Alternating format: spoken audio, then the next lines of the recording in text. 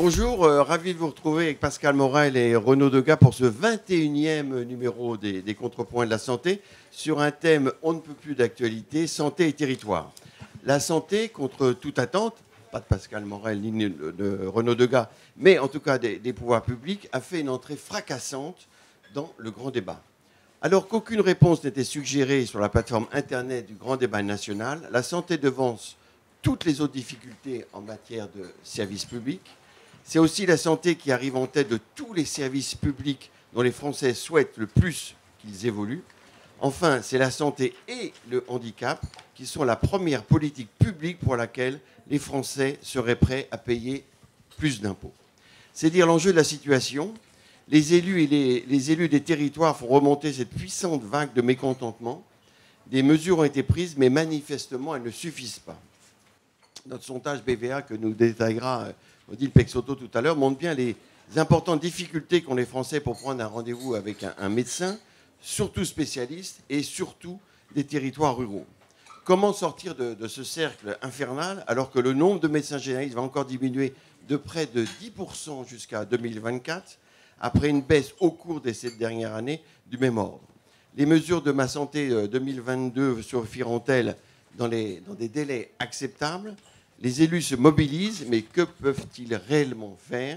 C'est ce que nous verrons concrètement avec Christophe Bouillon, qui est député de Seine-Maritime, président de l'Association des petites villes de France, l'APVF, qui est une association qui vient justement de faire cette proposition lors de son colloque des certifications médicales. Et Claude Léonard, qui est président du conseil départemental de la Meuse et médecin généraliste pendant 38 ans. C'est beaucoup, mais c'est bien. Et vous avez arrêté. Donc il y a urgence. Le président de la République va s'exprimer demain au cours d'une conférence de presse. Il devrait annoncer de nouvelles mesures.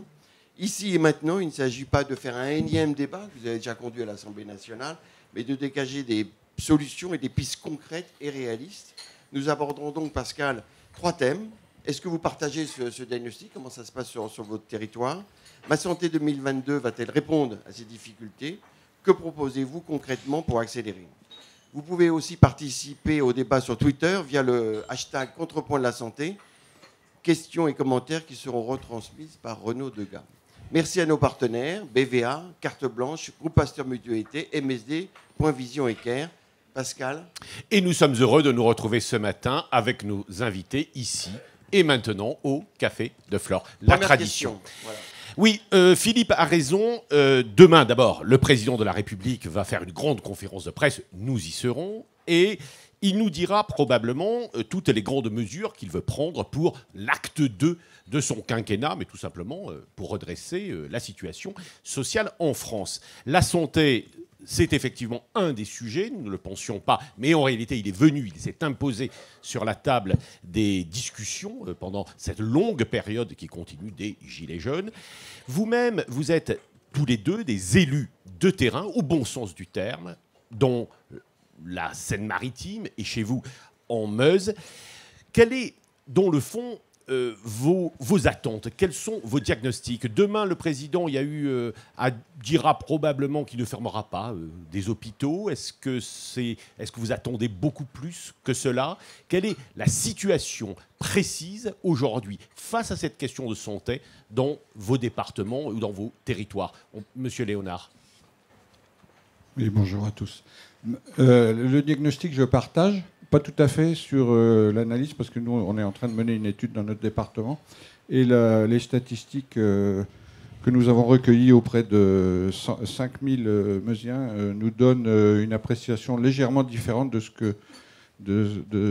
que le sondage national donne. Par contre, la remontée dans le grand débat n'est pas étonnante pour des gens de terrain comme nous, dans la mesure où tous les jours, on côtoie des anciens malades, d'ailleurs pour moi, des anciens patients, on côtoie les professionnels de santé, qu'ils soient actifs ou en retraite, mais qui ont une vue tout à fait prospective et générale sur le territoire.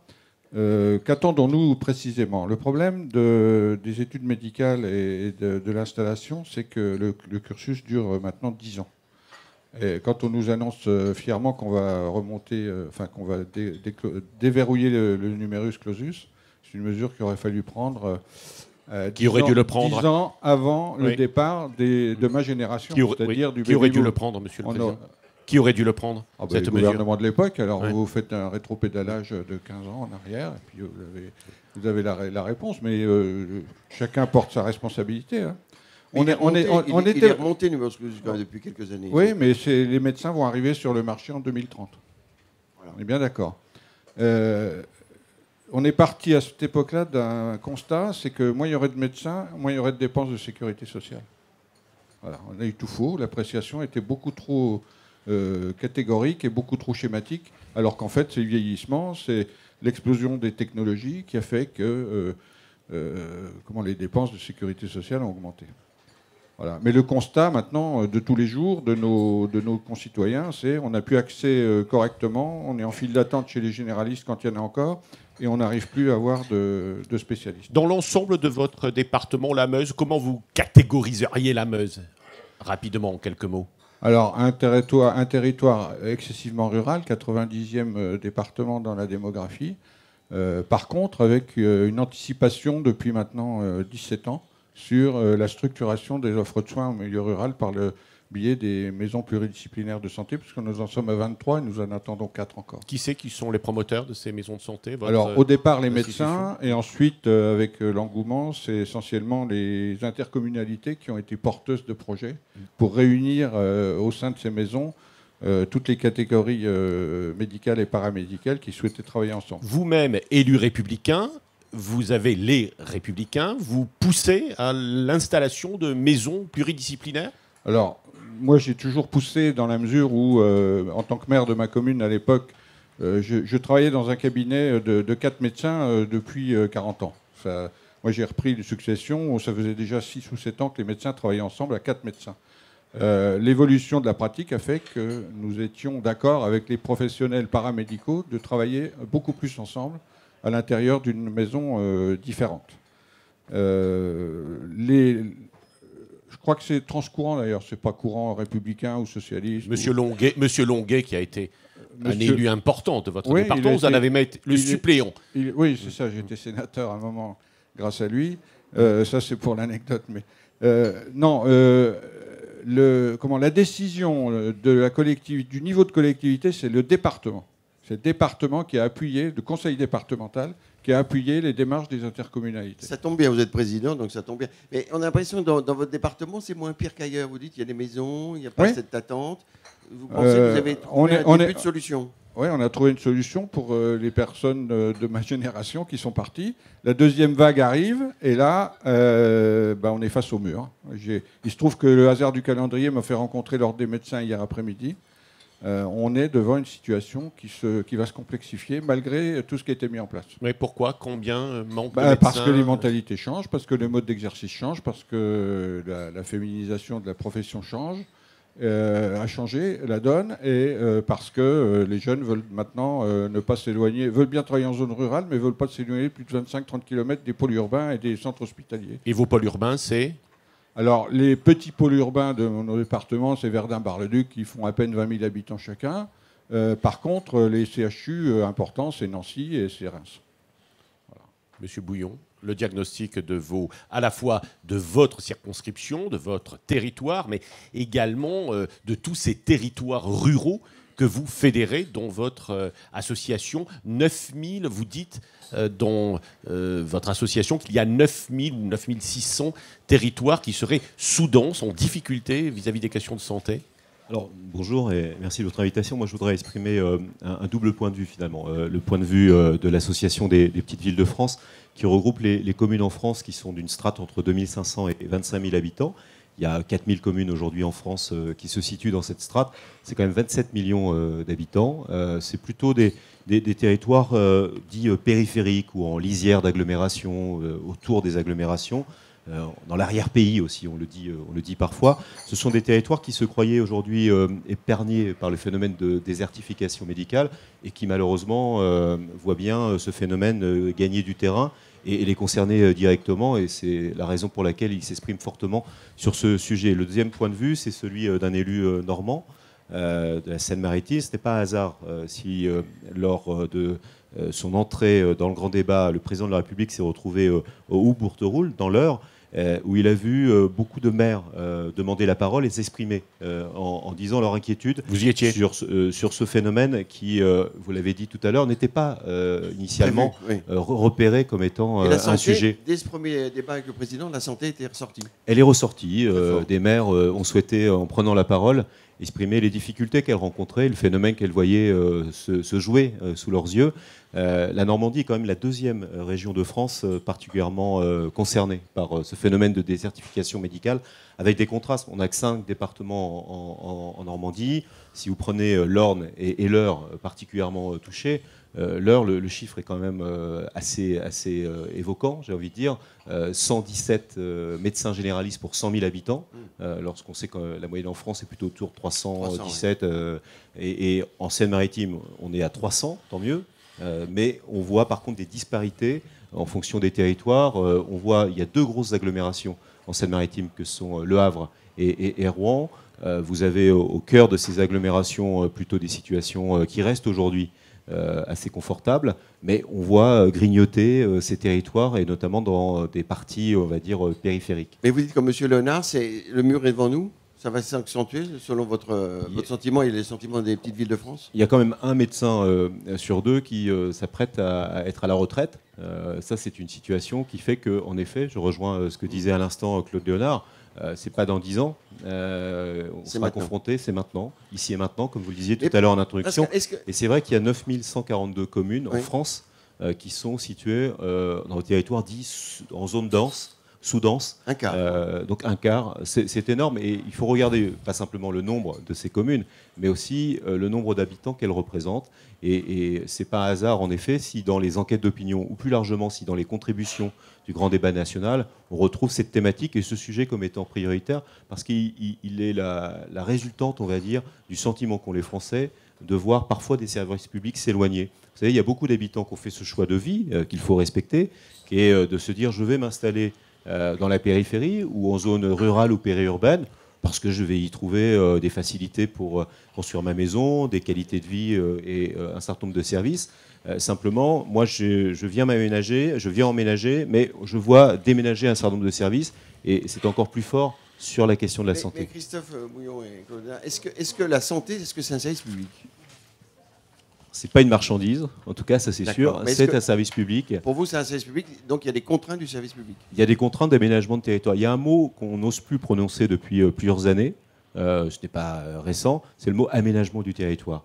Je ne suis pas de ceux qui regrettent la DATAR, en tout cas une pensée d'un État stratège, mais je suis de ceux malgré tout qui pensent que l'aménagement du territoire, ce n'est pas un gros mot. Et l'aménagement du territoire, elle doit pouvoir se faire notamment sur la question de santé. Vous savez ce que disent les maires? Je pense que Claude Léonard partagera sans doute ce sentiment. Ils nous disent dans la même phrase, et ce n'est pas contradictoire, laissez-nous tranquilles et ne nous abandonnez pas quand ils s'adressent à l'État. Laissez-nous tranquilles, c'est-à-dire que parfois, ils n'ont pas envie qu'on vienne les ennuyer sur un certain nombre de politiques qu'ils souhaitent mettre en place. Ce n'est pas contradictoire? Non, parce qu'ils souhaitent par contre que l'État soit au rendez-vous sur les aspects stratégiques, les aspects d'aménagement du territoire. Et c'est là où ils ne veulent pas que l'État les abandonne, et notamment sur la question de la santé. Est-ce que la santé est un service public Oui. Ça conditionne l'organisation des médecins libéraux, l'hôpital et... Pour un libéral supposé que vous êtes, monsieur Léonard. Supposé, parce que mes amis me cataloguent de gaulliste social, donc voilà, je vous donne la réponse sur le sujet. Non, simplement, je pense qu'à l'heure actuelle, on est vraiment sur un service public, mais qui peut être exercé différemment. Peut être exercé par du public et par du privé. Il y a d'ailleurs des fonctionnements mixtes qui fonctionnent très bien. À Bar-le-Duc, par exemple, il y a une clinique qui est couplée avec un hôpital. C'est un choix qui a été fait, ça fonctionne parfaitement. Non, ce que je voulais dire surtout, c'est qu'on a soulevé le problème, Christophe vient de le rappeler, l'attractivité de nos territoires ruraux est est un phénomène qui devient très difficile à maîtriser. Et l'État, dans le cadre de ses fonctions régaliennes, notamment par le biais des agences régionales de santé, est en train de nous déshabiller tous les hôpitaux de proximité qui avaient eu une très bonne période de fonctionnement avec de la qualité, de la quantité de la qualité entre les années 75-80 et jusqu'à il y a quelques années. Et l'État, évidemment, il y a les problèmes comptables, il y a les problèmes financiers, mais dans mon département, par exemple, on ferme des lits à Verdun, dans un service de pneumologie qui fonctionne parfaitement. On ferme une maternité à Bar-le-Duc. Donc à partir du moment où vous fermez des services, vous diminuez l'attractivité de l'hôpital en question, donc vous diminuez des chances de faire venir de jeunes médecins pour s'installer, y compris en milieu hospitalier. Donc on est un peu dans le contradictoire. Alors est-ce que l'État avance un peu masqué? J'en sais rien, en disant on va garder ces pôles hospitaliers pour faire des hôpitaux de proximité, c'est le grand mot à la mode, on va faire des hôpitaux de proximité. Mais qu'est-ce qu'on va mettre dedans? C'est la vraie question. Attendez, on va y revenir parce qu'on va passer en vue un peu tout ce que propose Ma Santé 2022. Avant, on va approfondir avec Odile Peixoto le diagnostic, avec le sondage BVA qu'Odile a fait pour les contrepoints de la santé, qui va dans le même sens, qui accentue un peu ces Et on voudrait vraiment savoir, surtout ici, nous semble-t-il, quelles sont vos marges de manœuvre. Vous êtes deux élus importants de nos territoires. Quelles sont vos marges de manœuvre? Absolument. On verra ça après. Alors tout d'abord, la confiance dans l'action de l'exécutif en matière de santé. Alors ce mois-ci, on affiche une baisse. Bon, on a une espèce de sinusoïde. On est à 29% d'opinion favorable de Français qui pensent que la politique du gouvernement va dans le bon sens en matière de santé. Donc c'est un des records les plus faibles. Mais enfin, ça peut remonter le mois prochain puisque c'est jamais descendu plus bas et ça fait une espèce de sinusoïde depuis 2017. Pour rentrer dans notre sujet, on voit qu'effectivement, l'accès aux spécialistes devient un sport de combat, puisqu'on a les 2/3 de nos concitoyens qui déclarent avoir eu des difficultés pour prendre rendez-vous avec un médecin de ville au cours des 12 derniers mois. Et donc 65%, 60% qui déclarent avoir eu aussi des difficultés pour un spécialiste à l'hôpital ou en clinique. Ensuite, c'est un peu moins difficile, mais ça reste quand même compliqué pour 56% des Français pour faire des examens à l'hôpital ou à la clinique, scanner, IRM. Et puis l'accès aux généralistes quand même est le plus favorable, il n'y a que, mais c'est quand même 1/3 des Français, 33%, qui déclarent avoir eu des difficultés pour prendre rendez-vous avec leur médecin généraliste. Alors c'est assez dur pour les spécialistes parce qu'on a même 31% des Français qui déclarent avoir eu beaucoup de difficultés. Donc, et c'est encore plus marqué, ces chiffres sont encore plus spectaculaires, évidemment en zone rurale. Les chiffres reflètent bien ce que vient d'être dit, puisque en zone rurale, on a 76% des Français qui déclarent avoir eu des difficultés pour prendre rendez-vous avec un spécialiste. Donc, est-ce que les Français sont au courant des mesures qui ont été annoncées? Donc, on leur expliquait que les hôpitaux de proximité vont être mis en place pour approfondir les soins de premier recours avec des équipes médicales et des plateaux techniques permettant de faire les premiers soins. Nous, on ne savait pas trop comment le qualifier, mais il fallait bien leur expliquer ce que c'était. Puis on leur expliquait aussi qu'il y avait des maisons de santé regroupant des professionnels de santé. On leur demandait est-ce qu'ils en avaient entendu parler. Et il n'y a que 44% des Français qui ont entendu parler de ces mesures.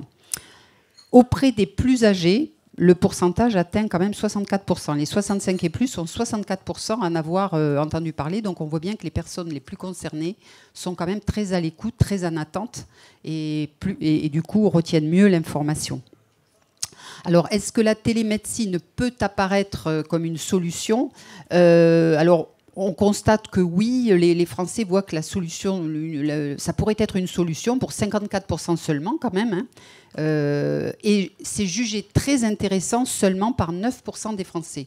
Donc il n'y a pas un engouement, c'est juste une mesure qu'on peut qualifier de palliative à la pénurie et aux difficultés qu'ils rencontrent effectivement au quotidien. Voilà pour ces quelques résultats. Merci. L'État et collectivités territoriales, Pascal. Dans l'ensemble des mesures que Mme Buzyn, le président de la République, le gouvernement vont proposer, quelles sont celles qui, à votre avis, pourraient faire sauter le verrou, c'est-à-dire réellement, profondément améliorer la situation? Ou alors, En d'autres termes, quelles seraient celles qui, selon vous, seraient en réalité des mesures très politiciennes ou cosmétiques, en réalité qui ne feraient pas avancer autant que nécessaire la situation que nous connaissons, que vous avez décrit et que vous connaissez dans vos territoires? Monsieur Bouillon.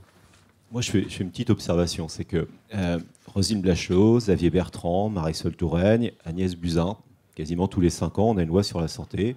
On pourrait dire les lois se suivent et se ressemblent pas. C'est pas tout à fait vrai parce que dans chacun de ces textes, on y a vu des mesures de simplification, des mesures de rationalisation, des mesures aussi d'une meilleure concertation, un meilleur décloisonnement, un meilleur travail entre différentes... Rationalisation, c'est un terme positif pour vous? Oui, ou pas? Oui, rationalisation, c'est positif. D'ailleurs, dans le texte de loi qui a été soumis à discussion, il y a des mesures qui vont plutôt dans le bon sens sur la simplification et sur la rationalisation. Et l'incitation. Il y a un mot qu'on ose prononcer, parce qu'il est très connoté, mais puisqu'on est ici... on se dit tout ici. On se dit tout. Il y a le mot régulation qui manque. Alors, il faut bien dire, voilà, c'est comme ça qu'on l'entend souvent, mais même si on peut le susurrer ou prendre toutes les mesures pour éviter qu'il soit entendu de la façon dont vous l'avez entendu, malgré tout, c'est un mot qui manque. La vérité, c'est qu'il y a, malgré tout, dans ce qui est proposé, des mesures qui, en effet, peuvent être... considérés comme allant dans le bon sens, ou en tout cas comme utilisés comme des outils. Ce que j'observe malgré tout, c'est que depuis une quinzaine d'années, on ne peut pas dire qu'on n'a pas essayé un certain nombre de choses. On ne peut pas dire qu'on n'a pas mis en place un certain nombre de dispositifs, soit directement à disposition des élus. Claude Léonard a fait référence tout à l'heure au travail qui est réalisé soit directement par les intercommunalités, soit par les départements, soit par les communes, notamment sur les maisons de santé pluridisciplinaires. Ça a été pendant un moment la grande mode. Il y avait dans les programmes municipaux comme l'idée qu'il fallait en effet partir de là. Il faut savoir quand même qu'une maison de santé pluridisciplinaire, c'est autour d'1 million d'euros. C'est-à-dire qu'aujourd'hui, il y a plus d'1 milliard d'euros en France qui ont été dépensés. Qui paye dans les MSP? Les collectivités. Ce sont les collectivités. Avec l'assurance maladie. Et souvent, l'assurance maladie, mais d'ailleurs, c'est de l'argent public. Ça, c'est une première vérité. L'autre vérité, quand même, c'est que là où ça fonctionne bien, souvent, c'est quand c'est porté par des médecins eux-mêmes. C'est-à-dire quand le projet de santé est conçu, imaginé à partir de médecins. Là où ça ne fonctionne pas, il faut avoir l'honnêteté de dire qu'il y a des maisons de santé. Est-ce que vous y arrivez à construire des maisons de santé? Vous en avez dans votre territoire? Ça fonctionne de la façon dont le disait tout à l'heure Claude Léonard. C'est-à-dire que souvent, c'est porté, voulu. L'initiative, c'est des médecins qui arrivent presque à l'âge de la retraite et qui connaissent déjà des difficultés aujourd'hui pour trouver des remplaçants, et qui se disent on va prendre le taureau par les cornes, permettez l'expression, et on va s'y mettre, et on va regarder avec d'autres collègues pour se regrouper et pour porter ensemble un projet de santé. Donc quand ça se fait dans ces conditions-là, je pense que, c'est-à-dire quand c'est pensé, quand c'est la volonté des professionnels de la santé, et quand c'est à la pertinence d'un territoire, parce qu'il ne faut pas que ça se fasse non plus dans une géographie qui vienne prendre des médecins à côté, c'est-à-dire une sorte d'effet d'aubaine, eh bien ça peut réussir. Mais quand c'est simplement une volonté exprimée par des élus, on a vu aussi des maires se dire je fais ma maison de santé, un bâtiment magnifique, ils y ont mis de l'argent, personne dedans, ou en tout cas pas au niveau d'exigence ou d'attente des habitants. Vous voyez, donc il faut que ça soit quand même un projet qui repose. D'ailleurs, c'est pour ça que les communautés professionnelles territoriales de santé, à mon sens, vont plutôt dans le bon sens. Est-ce que vous trouvez des médecins pour mettre, justement, tout le problème, c'est les médecins. On voit bien dans les maisons de santé, il faut que ça vienne d'eux, il faut qu'ils se l'approprient, mais on n'en a pas de médecins. On en manque. Alors, est-ce que vous en trouvez dans vos maisons de santé? Et ça marche mieux chez vous, monsieur? Vous aviez l'air de dire. Ouais. Et vous en avez trouvé des médecins? Et ces communautés, ces PTS, communautés de territoire, vous en avez? Enfin, vous allez fonctionner? Nous, on a un vrai succès sur les maisons de santé rurales. Lesquels d'ailleurs, aux périphéries des 2 communes importantes, ont siphonné les médecins de ville. C'est-à-dire que les médecins de ville ont vu un avantage et ils ont quitté leur cabinet de ville pour aller rentrer à la périphérie, dans les bourgs-centres voisins ou une maison de santé pluridisciplinaire. Ils sont restés libéraux ou ils sont passés salariés? Non, ils sont libéraux. Ils restent libéraux. Monsieur Alors, Léonard, je confirme ce que dit Christophe Bouillon, c'est que si la maison de santé pluridisciplinaire a uniquement un projet de mandat municipal et que derrière, il n'y a pas une vraie construction avec des médecins qui amènent une culture de travail et un partenariat solide avec les paramédicaux, ça ne marche pas. Oui, monsieur Léonard, le président de la République a dit ou va redire il n'y aura plus de médecins totalement autonomes, indépendants. C'est également votre sentiment pour répondre aux besoins aujourd'hui de vos territoires ruraux? Qu'est-ce que vous conseillez à vos jeunes confrères qui viennent ou qui voudraient s'installer dans le beau département de la Meuse? Alors, je ne suis pas sûr que l'assertion que vous faites à propos de la volonté du président de la République soit une bonne idée. Enfin, ça, c'est une appréciation de médecins. Vous pensez que les médecins peuvent rester isolés? Parce que c'est ça le problème. Non, ils ne resteront pas isolés par la force des choses. Parce que donc le président a raison. Mais il a raison, mais il ne faut pas l'expliquer comme ça, parce que si c'est présenté comme une mesure coercitive... Comment faut l'expliquer? C'est comme le fait que certains élus disent qu'il faut obliger les internes à s'installer aux endroits pendant 5 ans. On en est sauf que le concours de l'internat en ce moment fait que ce n'est pas possible, puisque vous passez un concours national unique une fois par an, oui. Et qu'après les internes choisissent en fonction de leur lieu de prédilection. Dans 2 ans, ça n'existe plus. Donc alors après ça va changer. Nous, on est en train d'étudier une réponse avec, vous avez parlé de la télémédecine, dont on parle beaucoup, mais qui est une réalité seulement sur 2 ou 3 points, notamment sur la télétransmission des images de radio et sur des consultations très spécialisées comme la dermatologie. C'est en cours de mise en route. Par contre, le département de la Meuse, en partenariat d'ailleurs avec le commissariat à l'énergie atomique et aux énergies alternatives, le CEA, est en train de préparer un dossier qui s'appuie sur la fibre à l'habitant. C'est-à-dire qu'avec Grand Est, on est en train d'installer la fibre, y compris dans la ferme la plus isolée. Tous les habitants sont raccordables à la fibre d'ici 4 ans. Et donc, à partir de ce maillage de fibres et d'informations ultra rapides, et y compris dans les territoires les plus isolés, va permettre de mettre en application des objets connectés qui vont être directement liés à la santé humaine. Et donc, on est en train de préparer un projet qui, pour nous, s'appelle Imeuse Santé, qui va être replicable à la Haute-Marne, le voisin, et à la Meurthe-et-Moselle. Pourquoi la Meurthe-et-Moselle? Parce que c'est un département qui est en même temps rural et en même temps très urbain autour de Nancy, avec le CHU. Donc on est en train de mener une expérience qu'on dépose cette semaine d'ailleurs au territoire d'innovation auprès du Premier ministre pour pouvoir investir. Avec de bonnes chances de gagner, monsieur Léonard? Alors j'espère qu'on va être lauréat parce que vraiment si... on vous soutient en tout cas. C'est un gros investissement pour votre collectivité? Alors l'investissement va être partagé sur 2 phases. L'investissement sur les phases d'expérimentation parce qu'au départ, avec l'ARS et les caisses primaires d'assurance, on est obligé de faire de l'expérimentation sur des nouveaux produits. Et quand ils seront validés, ils pourront passer dans la phase de remboursement. Mais messieurs, ce qu'on voudrait savoir quand même, parce que Ma Santé 2022, on a l'impression que c'est des solutions, des préconisations assez concrètes. Les CPTS, ça paraît de plein de bon sens. Les assistants médicaux aussi, la délégation de tâches aussi qui va être poussée, les maisons de santé, les hôpitaux de proximité. Bon, alors, c'est un petit flou encore un petit peu parce que ça va être...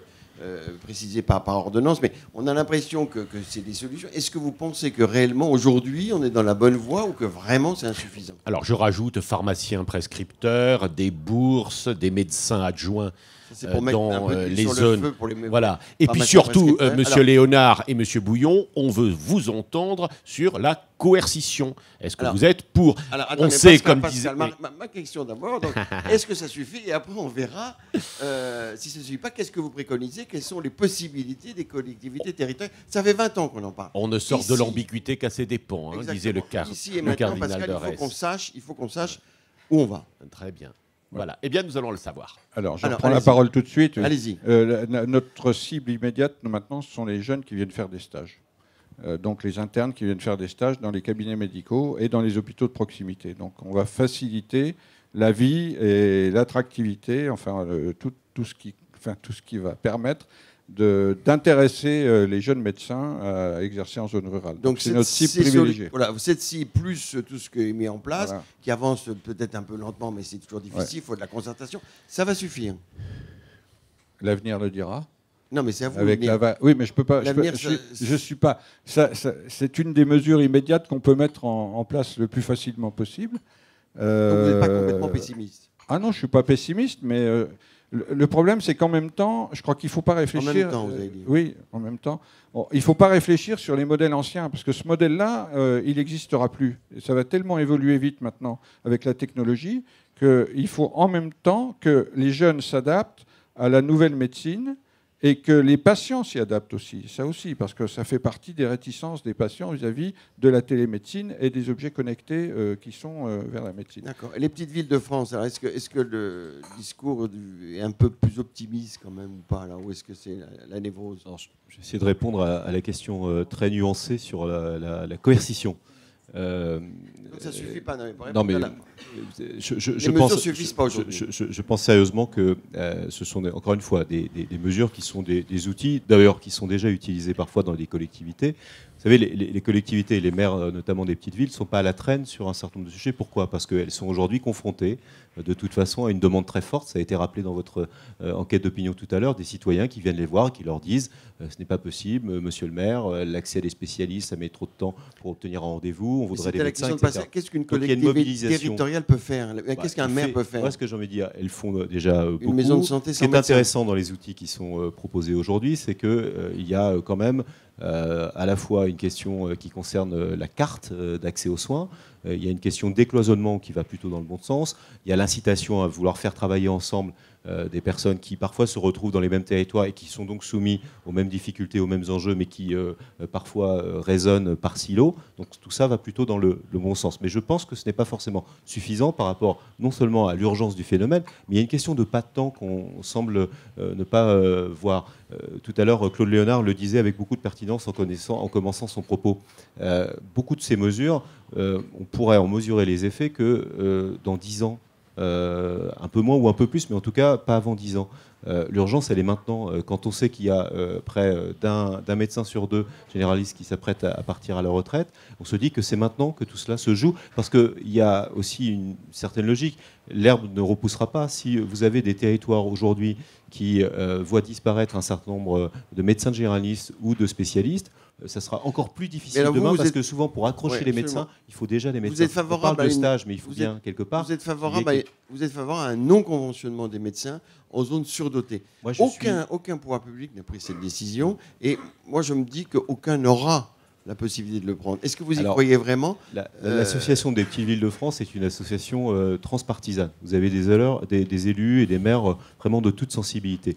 Si cette question-là, elle commence à faire consensus au sein d'une association d'élus comme la nôtre, et on n'est pas la seule, vous pouvez avoir Ville de France ou d'autres associations qui regroupent d'autres types de collectivités, qui commencent à penser cela. Pourquoi? Parce qu'à un moment ou à un autre, si on refuse la régulation, il faudra quand même qu'on explique d'abord pourquoi c'est possible pour un certain nombre de professionnels de santé. Elle existe déjà, c'est pas comme si, c'est pas un gros mot, c'est pas comme si on n'avait pas déjà cela pour un certain nombre de professionnels dont chacun mesure qu'ils ont aussi leur pleine liberté. Il ne s'agit pas de la soviétisation de la médecine, il s'agit simplement, à un moment ou à un autre, au nom d'enjeux publics, de mettre en œuvre des dispositifs, sans doute pour un pas de temps raisonnable aussi. Il ne s'agit pas de rentrer dans ce genre de mécanisme à vie, il s'agit de regarder ce qu'on peut faire là, dans l'immédiat, pour gérer l'urgence dans les 10 ans qui viennent. 9 Français sur 10 sont pour une sorte de régulation. Il faudra bien à un moment ou à un autre. Moi, je vous le dis, jusqu'alors, les citoyens, ils s'adressent à nous comme maires et à nous comme élus. Ils viennent directement nous solliciter. Ils disent c'est à vous de faire. Aujourd'hui, les maires, la démonstration a été faite quand on voit ce qui se passe dans la Meuse, et on pourrait prendre des exemples dans l'Eure, en Seine-Maritime et dans beaucoup de départements. On ne peut pas dire qu'on reste les bras ballants ou les bras croisés. Il y a beaucoup d'argent public qui sont faits, il y a beaucoup de moyens qui sont déployés. Mais à un moment ou à un autre, cette responsabilité, en tout cas les citoyens, ils ne se tourneront plus non vis-à-vis des élus, mais ils se tourneront vis-à-vis des médecins. Qu'est-ce que ça veut dire, ça? Qu'est-ce qui se passe vis-à-vis des médecins? Qu'est-ce que peuvent faire les patients vis-à-vis des médecins pour avoir un médecin? À un moment ou à un autre... Vous mettez l'opinion publique en exergue. C'est pas moi qui mets l'opinion publique, c'est l'opinion publique elle-même. Votre enquête est assez éclairante là-dessus, qui se dit il y a quand même un enjeu de société aujourd'hui, il y a quand même un vrai sujet. C'est pas comme s'il n'y avait rien eu depuis 15 ans. Il faut avoir la grande honnêteté de dire que chacun y a mis sa contribution. Bachelot, Bertrand, Touraine, chacun a essayé de répondre avec ses moyens. Mais on voit bien que le phénomène n'est pas ralenti par ailleurs, même si on peut bien évidemment considérer que le phénomène de vieillissement de la population, de prévalence d'un certain nombre de pathologies, etc., explique aussi pourquoi cette tension, ou cette attention, ces attentes sont encore plus fortes aujourd'hui. Mais malgré tout, à un moment ou à un autre, il faudra qu'on nous dise pourquoi on ne peut pas mettre en place la régulation dans ce pays, alors que ça se fait dans d'autres pays, c'est tout. Que vous répondent les syndicats ou les syndicalistes que vous rencontrez, M. Bouillon et M. Oui, je rebondis. J'ai pas la réponse sur les syndicats parce que chez moi ils sont pas existants. Vous n'avez pas de syndicats chez vous? Si, mais la Meuse quand même. Fondus. Ils sont dans cette salle. Disons que l'interlocuteur, c'est plutôt l'ordre des médecins. Non, simplement sur la coercition, enfin on appellera comme on veut. Je pense que la fameuse fausse bonne idée dont j'ai parlé tout à l'heure, c'est l'installation obligatoire. Par contre, d'empêcher des installations dans les endroits qui sont déjà surdotés, ça c'est la meilleure des régulations. Je voudrais. C'est important quand même, parce qu'il y a une vraie volonté des élus locaux. Si vous prenez exemple sur la profession des pharmaciens, qui est réglementée en fonction du nombre d'habitants, ça a toujours posé des problèmes. Dans la mesure où nous, on avait des secteurs ruraux qui se développaient et on a eu un mal de chien à faire venir des nouveaux pharmaciens parce que l'ordre des pharmaciens s'y opposait à l'époque. Sauf que toutes les pharmacies sont dotées de pharmaciens, y compris dans les zones les plus rurales. Et je pense quand même que là, il y a une piste. Monsieur Léonard, quand je vais à Cannes ou à Biarritz en investigation journalistique, je me rends compte que personne ne me dit qu'il y a trop de médecins. Les élus de Cannes, de Biarritz, etc., disent la même chose que vous. Il manque également de médecins. Qu'est-ce que vous leur répondez? Où trouver les médecins? Ou ils ne les trouvent pas non plus, nous disent-ils. Alors, on n'a peut-être pas la même lecture des statistiques, je ne sais pas. Et vous? Il y a des chiffres qui ne trompent pas. Je disais tout à l'heure, vous avez en France 9142 communes qui sont en territoire sous-dense. Ces 9142 communes ne se situent pas dans ces régions d'investigation dans lesquelles vous allez assez régulièrement. Pas régulièrement, mais de temps en temps, je veux dire. La vérité, vous savez, comme moi, il y a aussi une question à la fois de perception, parfois, parce que qu'est-ce qu'on appelle accès aux soins aussi? Il y a deux données qu'on ne met pas souvent sur la table. C'est d'abord le temps pour obtenir un rendez-vous, ça c'est une première chose, et il y a la notion de mobilité, de déplacement. Ce n'est pas la même chose de se trouver, par exemple, dans un territoire doté d'un bon réseau de transport en commun, ou de transport, ou de déplacement, que de se retrouver dans des territoires où, parfois, c'est un peu plus compliqué. D'ailleurs, souvent, les chiffres qu'on met en avant, c'est le temps de trajet pour trouver ici un médecin généraliste, là un spécialiste, et d'autres dimensions là-dessus. Donc, c'est vrai que la notion de perception, elle ne correspond pas forcément à la cartologie, à la cartographie qui est mise en place souvent par l'ARS dans les différents territoires.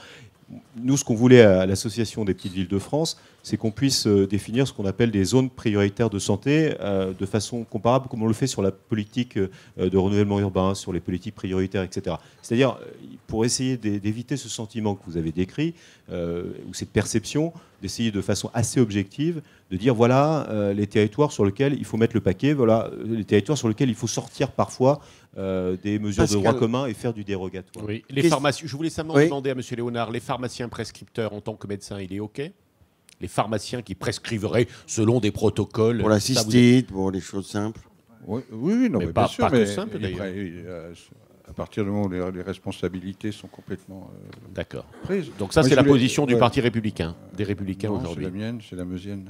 C'est la meusienne. Oui. Non, simplement, je voulais ajouter mon propos de tout à l'heure, c'est qu'on va vers un mode d'exercice complètement différent. C'est-à-dire que des médecins vont certainement exercer maintenant dans les hôpitaux de proximité, leur médecine générale, et en même temps, je dis bien, et en même temps, et en dehors de ça, peut-être 2/5 ou 3/5 de leur temps, dans des cabinets qui seront susceptibles, qui ne seront pas très éloignés, à 20 ou 30 km des zones les plus rurales, pour pouvoir structurer le territoire. Je crois que c'est un statut qui va être proposé rapidement. On va revenir finalement à un système qu'on a connu. Moi, quand je me suis installé, l'hôpital de Verdun, les médecins qui s'occupaient des services de médecine étaient également des médecins de cabinet de ville. Oui. D'accord. Mais alors, il faut faire sauter tous les statuts, la fédération hospitalière. Vous en parlez avec la fédération hospitalière de France? Mais c'est en train de. Non, mais l'ARS va régler tout ça. Ne vous inquiétez pas. L'ARS a un pouvoir absolument énorme. Le directeur de l'offre de soins est le deuxième personnage du ministère de la Santé. Nous avons quelques ARS dans la salle qui vous écoutent, ou anciens ARS. Mais je les connais par le biais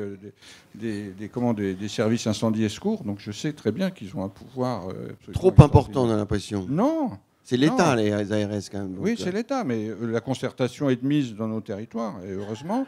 Quelquefois, on est un peu déçu par la brutalité, mais d'un autre côté... La brutalité, vous dites. Oui, quelquefois, ça peut apparaître brutal, la fermeture d'un service. Elle n'est pas toujours comprise. Mais quand elle est concertée et quand il y a des moyens de substitution, à ce moment-là, ça veut dire qu'il y a eu une discussion, qu'il y a eu une concertation et que la mesure a été vraiment réfléchie à plusieurs. Les relations entre ARS et élus locaux, est-ce qu'elles sont bonnes ou est-ce que c'est un peu conflictuel? Comment ça se passe?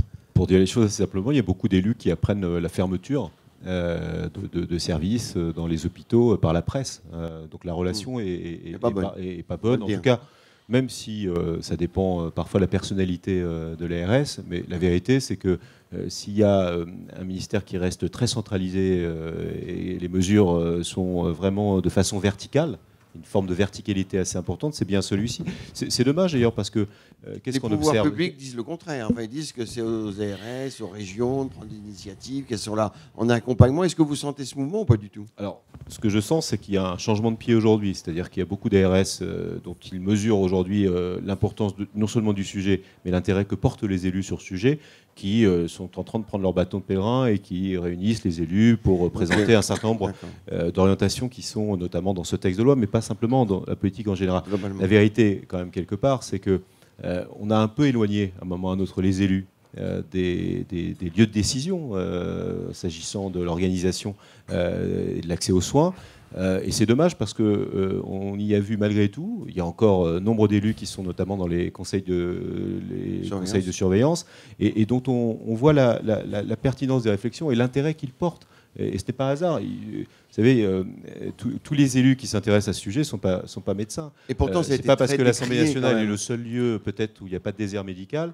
Il faut aussi voir quelque part qu'il y a beaucoup d'élus qui ne sont pas médecins eux-mêmes, mais qui portent un intérêt sur cette question-là. Mais les élus dans les hôpitaux, ça a été très décrié parce qu'on pensait plus à l'emploi qu'à la santé. Oui. Donc il y a des non, c'est pas votre sentiment? Oui, c'est surtout parce que... C'est Pascal qui va répondre. Oui, Pascal, mais c'est aussi...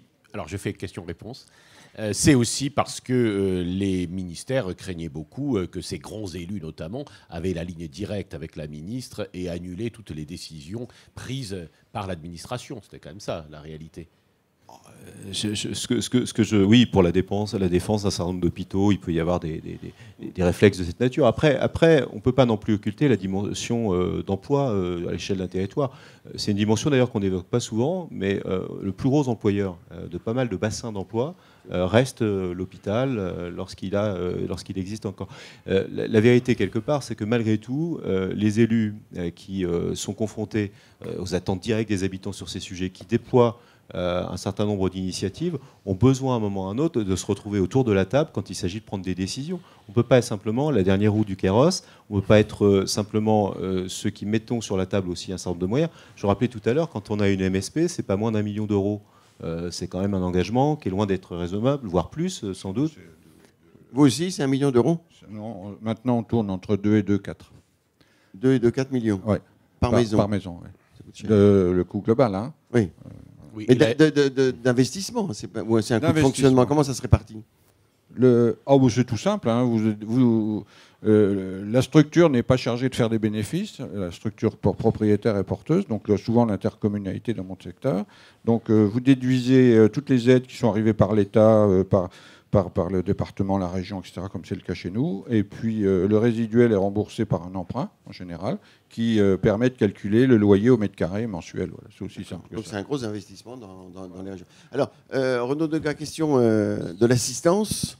Oui, il y en a quelques-unes. Alors, il y a forcément autour de la thématique santé, service public, donc incitation, contrainte ou pas. La question est de savoir si vraiment on est toujours sur cette polarité incitation ou contrainte. Vous avez plusieurs fois dit régulation. Donc, est-ce que c'est vraiment la voie qui... mais visiblement, quand vous dites régulation... Hop, il y a une réponse en disant « Ah bah oui, mais la contrainte, ça ne marche pas ». Donc, contrainte et régulation, c'est entendu comme la même chose. Donc, je ne sais pas s'il y a quelque chose à éclaircir sur ce point. L'autre point, c'est aussi, vous parlez que de médecins depuis le début. Est-ce que, je parle pour les autres professionnels de santé qui sont sur les territoires, je pense aux infirmiers, je pense à beaucoup d'autres profession de premier recours. Est-ce que vous avez d'abord les mêmes problèmes? Et ensuite, une régulation de type infirmier qui vient d'être modifiée avec la Convention infirmière, qui donc font des zones de surdotage, sous-dotage. Est-ce que ça fonctionne dans vos territoires? Et puis la question de l'incitation qui est mise en interrogation. Est-ce que, bon, il y a beaucoup d'argent, mais pour quel résultat, avec quelle évaluation? Et est-ce qu'on va continuer comme ça à inciter sans vraiment à mesurer l'impact? Il y a une autre question qui est autour, peut-être que vous l'avez pas vu dans le paysage, mais l'autorité de la concurrence vient de rendre un avis qui concerne des professionnels de santé, dont les pharmaciens. Et l'autorité de la concurrence ouvre la voie ou aimerait bien que les médicaments soient vendus aussi en grande surface. Quel impact pour vous quand vous entendez une chose comme ça? Ça veut dire, j'imagine, une disparition de pharmacies dans des bourgs ou dans des petites villes. Donc, comment vous réagissez face à ça?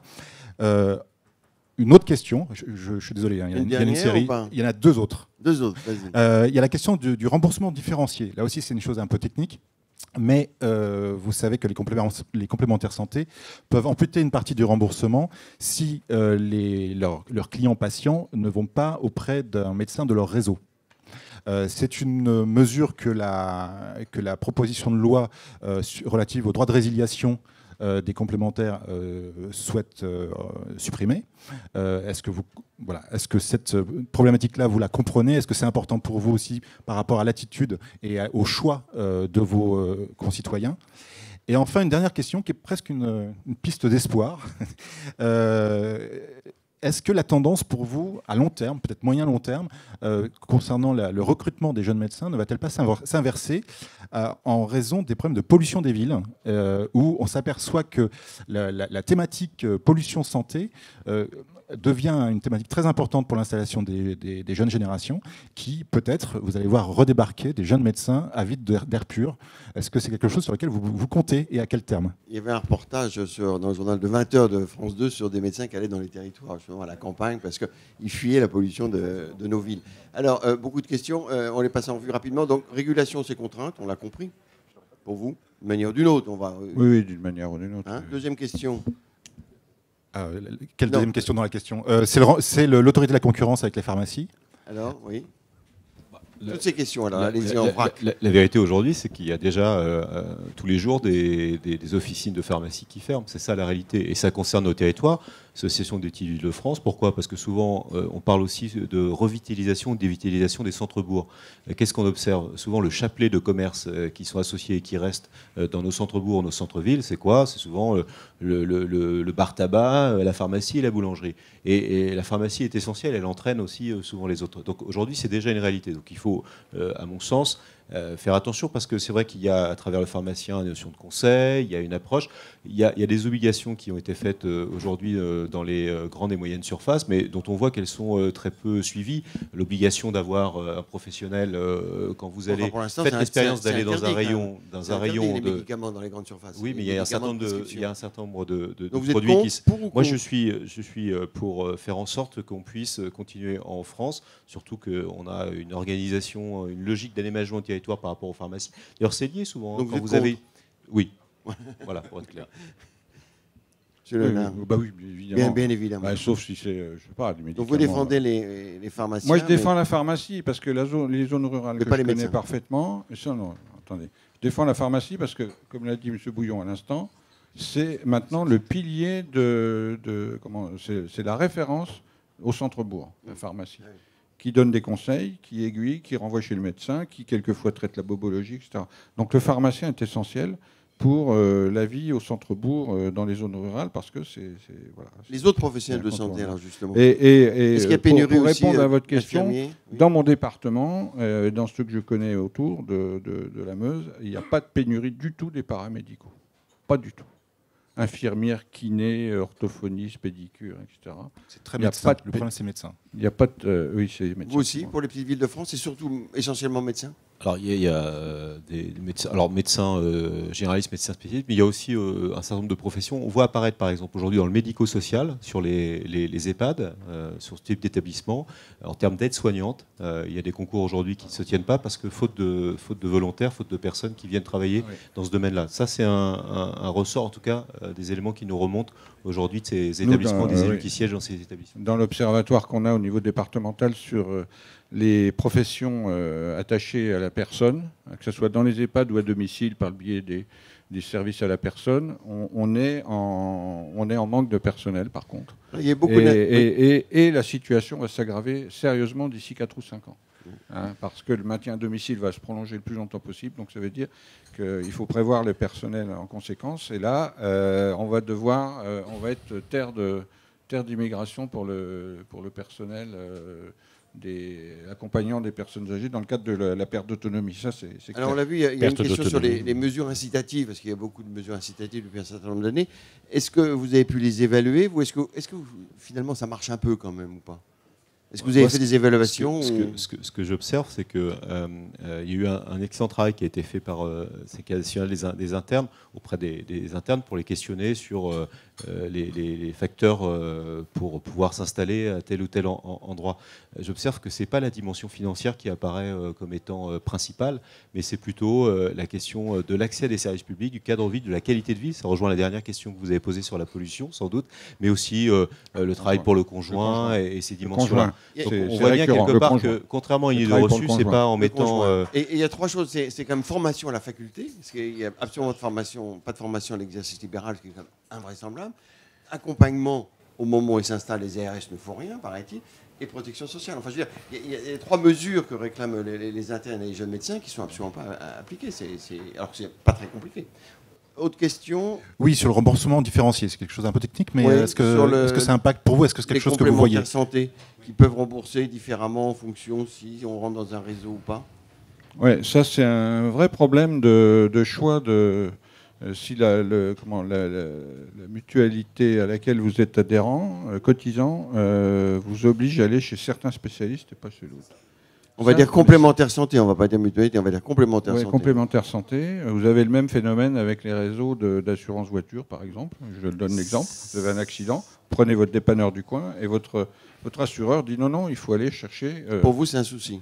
Moi, je pense que c'est un vrai souci parce que là, on fait sauter complètement le libre choix. Alors, on a peu de temps pour la dépendance. C'est quand même un sujet important, surtout pour les départements. Qu'est-ce que vous pensez du rapport Libault? Est-ce qu'il faut mutualiser tous les financements et que ça soit géré par l'État et puis par les départements? Et en d'autres termes, comment le président de la République va se sortir avec M. Delevoye, Mme Buzyn de cette affaire? Mais ça, c'est les retraites et la dépendance, c'est différent. Retraite et dépendance. Hein? Est-ce que sur la dépendance, est-ce que vous pensez que le fameux 5e risque là? Oui, le fameux. Ouais.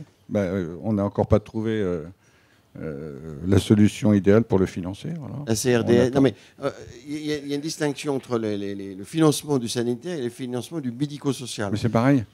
Justement. Oui, mais justement. La frontière, pareil, mais est très ténue. Voilà. Mais c'est l'éternelle discussion qu'on a en permanence, nous, département, dans le cadre d'une partie des financements des prix de journée avec les organismes... Justement, il y a 2 financements, deux sources de financement différentes. Donc l'idée, c'est de réunir tous ces financements et de les confier à l'État et de déshabiller le département. Est-ce que vous êtes d'accord, vous qui êtes président? Moi, je veux bien déshabiller tout ce qu'on veut. Il faudra toujours quelqu'un pour faire le métier. Et je ne sais pas si l'État est en capacité, à l'intérieur des départements, en ce moment, d'assurer ce que les départements font. Voilà. D'accord, c'est une forme de réponse. Bah oui. Je pense qu'il faut une forme de solidarité nationale, mais de toute façon, que ce soit département ou État, derrière, il y a toujours quelqu'un qui s'appelle souvent le contribuable ou l'assuré. Donc je pense qu'à un moment ou à un autre, on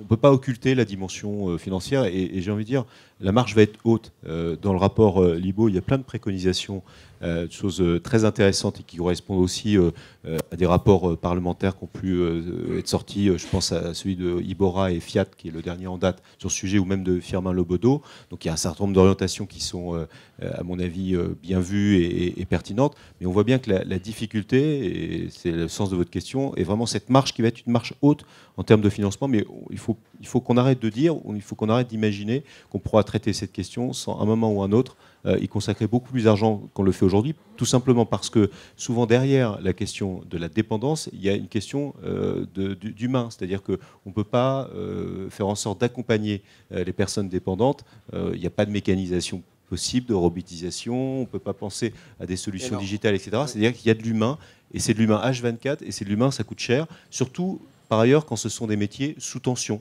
c'est-à-dire que ce sont des métiers qui n'attirent pas aujourd'hui, notamment pour des questions de rémunération. En 2024, la contribution au remboursement de la dette sociale se terminera, parce que la dette sociale de 250 milliards a été remboursée quand même depuis 1996. C'est quand même assez incroyable. Il s'agit de ne pas la gaspiller. Voilà. Est-ce que cette contribution peut être versée 12-15 milliards, enfin, en partie ou en totalité, vers la dépendance? Il paraît que Bercy n'y tient pas vraiment. Quel est votre sentiment? J'ai cru croire, j'ai pensé au début que c'était à cela que ça devait servir, notamment. Donc à un moment ou à un autre. Alors c'est vrai que la difficulté que l'on rencontre souvent sur ce type de disposition, et ce qui exprime parfois le doute qu'on peut avoir sur le fait d'avoir des journées de solidarité, etc., c'est les Français sont plutôt dans l'expectative, parce qu'ils se disent mais ça va vraiment servir à cela. Vous savez, rappelez-vous la vignette à quoi elle devait servir au départ. Enfin, il y a 3 milliards qui servent. Non, mais j'ai envie de dire à un moment ou à un autre, et c'est ça une des difficultés qu'on nous oppose souvent lorsqu'on souhaite se dire, écoutez, si on consacre cet argent, il faut vraiment que ça aille dans ce dispositif, dans cet objectif-là. Si vous voulez créer de la confiance quelque part, il faut faire en sorte à ce que l'argent qui soit pris à un moment ou à un autre aille vraiment vers sa destination. D'ailleurs, dans l'enquête que vous avez citée tout à l'heure, ce qui était intéressant, et vous l'avez dit dans votre introduction, c'est que les Français sont prêts à payer un peu plus pour leur santé. Donc à un moment ou à un autre, ils veulent aussi que l'argent qu'ils mettent sur la table, et ça aille vraiment en direction de la prise en charge de la dépendance, par exemple, etc. Donc CRDS favorable pour la dépendance. Et vous, monsieur Léonard? Moi, je ne suis pas législateur. Je pense qu'il faut un système assez simple. Il faut retoiletter tout. Et il faut vraiment qu'on s'y attaque, parce que les difficultés arrivent avec le vieillissement qui... Pascal, on arrive au terme. Oui, j'aurais aimé peut-être que M. Bouillon nous reprécise un point important de ce qu'il souhaite, de ce que souhaite votre association, ces zones, créer des territoires prioritaires de santé. Est-ce que ce sont des sortes de zones franches que vous pourriez imaginer, avec une fiscalité très attrayante pour les médecins? Comme le propose, paraît-il, Édouard Philippe. Oui. Les zones franches, elles existent déjà par un certain nombre d'incitations. Chez nous, on est en ZRR sur la totalité du territoire. Et d'ailleurs, maintenant, vous avez un certain nomadisme qui existe. Il y a des médecins qui profitent du système. Et puis, dès que le système fiscal commence à s'alourdir, ils s'en vont ailleurs. Oui. Ah oui. Il y a un effet d'aubaine. C'est un effet d'aubaine. Oui. Souvent, lorsqu'on met en place des zones franches, on appelle ça chasseur de primes dans souvent, l'économie industrielle, mais c'est un petit peu le même phénomène. Messieurs, très concrètement, donc ici et maintenant, quelle est la mesure, le levier, enfin, qu'est-ce qui fait de ces discussions, qu'est-ce que vous retiendriez, qu'est-ce qui vous paraît le plus important pour que réellement, jusqu'à 2024, et après bien évidemment, mais que les choses s'améliorent. Voilà. Et qu'est-ce qui vous ferait que vous seriez satisfait, si vous pouviez l'être, des annonces demain à l'Élysée du président de la République sur le sujet? Blanc. Non, qu'est-ce que... Ne pas fermer d'hôpitaux. Non, c'est pas forcément la solution. Qu'est-ce qui manque aujourd'hui? Il manque je crois que le mal, il faut le prendre à tous les niveaux de ses racines. Une des pistes aussi, c'est d'arriver à motiver, parce que pendant trop longtemps, il y a eu un courant qui a mis les jeunes devant des responsabilités pénales énormes dans le cadre de l'exercice, en leur disant surtout pas vous installer. Enfin, on a des témoignages là-dessus dans certaines facultés. Donc les jeunes ont été, je dis pas dégoûtés, mais ont été très frileux pour venir prendre des responsabilités. Deuxièmement, je sais pas si, deuxièmement, je reviens sur ce que j'ai dit il y a quelques instants. Il faut promouvoir le plus rapidement possible un exercice mixte de la profession pour pouvoir travailler d'un côté à l'hôpital et en même temps dans salarié libéral. Voilà, salarié et libéral, et que ça soit pas un tabou comme ça l'a été trop longtemps, où on était soit salarié à l'hôpital, soit libéral complètement. Qui c'est qui fait sauter ce verrou-là? C'est la DGOS, le ministère, les ARS? C'est facile comme tout, parce que c'est facile comme tout à mettre en place.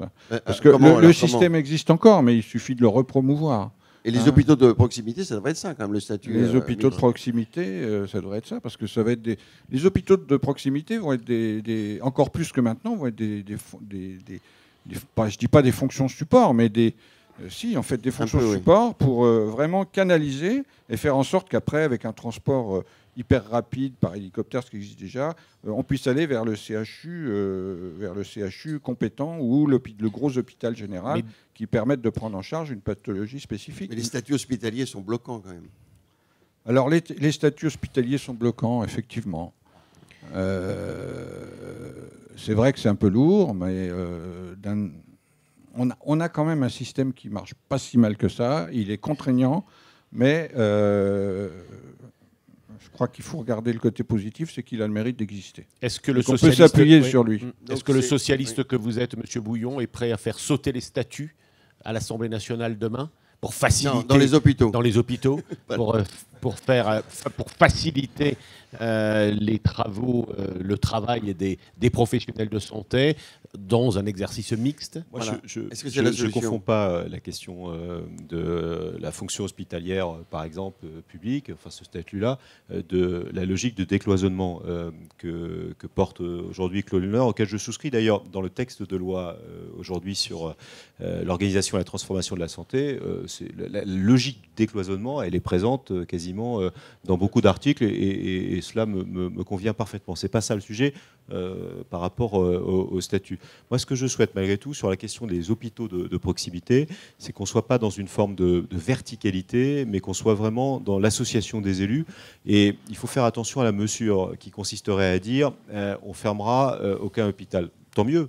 Mais simplement, il faut regarder, fermer les services. La réalité aujourd'hui, c'est quoi? C'est qu'il y a une réorganisation des services et c'est là où il doit y avoir, je pense, une grande concertation avec les élus. Et par ailleurs, pour terminer, je pense qu'il faut oser une régulation light sous la forme on a bien compris, oui. auquel je souscris et qu'a évoqué tout à l'heure Claude Léonard, c'est-à-dire sur la question du conventionnement sélectif.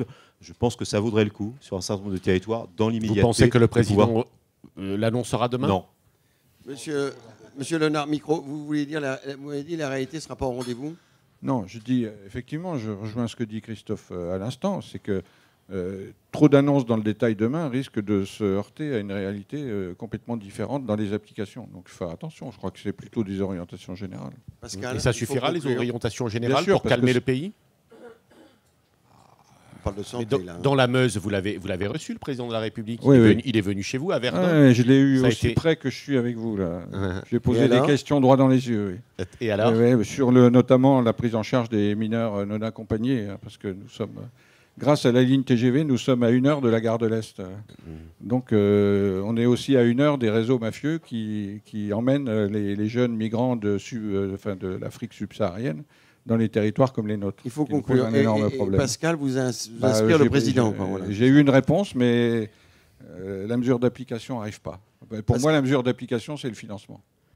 Très bien, on a été heureux, on vous applaudit, messieurs. On a été contents de vous rencontrer. Nous remercions, avec Philippe et Renaud Degas, nous remercions celles et ceux qui font les contrepoints de la santé, Françoise Millet, Corinne Leroux, Pascal Nadeau, Emmanuel T, Jérôme qui était là. Nous nous reverrons dans quelques jours, quelques semaines. Nous parlerons d'Europe telle que nous la voulons, telle que nous la craignons, telle que nous la rêvons, quelques heures ou quelques jours avant les élections européennes.